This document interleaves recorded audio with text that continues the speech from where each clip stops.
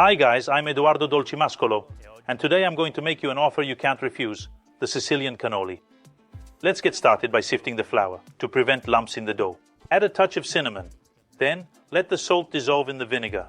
Next, start to mix the lard with the flour until you obtain a sandy dough. Now it's time to get our hands dirty. Let's add in the sugar and the orange peel, preferably the peel of a Sicilian orange, the egg, and the Marsala wine, which is the ingredient that will give us those fantastic bubbles that you always see in the crust of cannolis, and the vinegar that the salt has now dissolved into, and stir that up.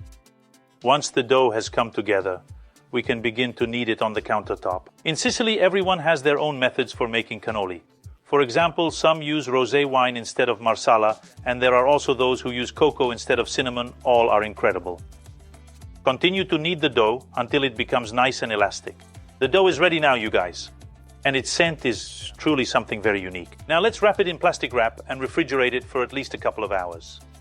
Let's move on to the cannoli filling, which is a sheep's milk ricotta. We have drained the sheep's milk ricotta all night in the refrigerator so that all the excess liquid could drain off, which has left us with a very dense and compact cream. Now, we will mix the ricotta with the sugar, a little at a time. To avoid mistakes, the ricotta to sugar ratio should be 1 to 3. So, for 1 kilo of ricotta, we would use 300 grams of sugar. Remember to calculate the weight of the ricotta after it has been drained. Our ricotta is ready. To make it even silkier, we will strain it. But first, what, you're not going to taste it? And guys, let me tell you that it makes me feel like I am in Palermo. Now we will strain the ricotta. This might just be a long and boring job, but it is an essential step in the successful preparation of this dessert. Let's add the chocolate chips. The right amount, if I am being perfectly honest with you, depends on what you feel is right. The cream is ready. Let's put it in the refrigerator and then dedicate ourselves to making the cannoli cones. Our dough is ready, so I will take 1/3 of the dough and start to work with it. And I will leave the remaining dough covered with the plastic wrap so it doesn't dry out. For ease, I will add a bit of flour so that the dough won't stick, and I will get it ready to go in the pasta sheeter. Roll out the dough several times until it reaches a thickness of 1.5 millimeters. Using a dough cutter, we will cut our dough, and we will use it to cut out discs that are about 10 centimeters in diameter. The scraps can be rolled out again to cut more cannolis. I will grab a sheet of dough and start to roll it around a cannoli mold. Add a bit of egg yolk to the center edge, making sure not to get it on the mold, and then close up the edges of the dough. Take care to leave the formed cannoli underneath a dish towel to prevent them from drying out. We are ready to fry. Heat the oil to 175 degrees and make sure the dough is well sealed. Insert it with the seal facing downwards, then fully submerge the cannoli.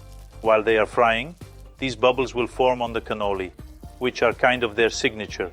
They are very crispy. And let's drain them on some fry paper.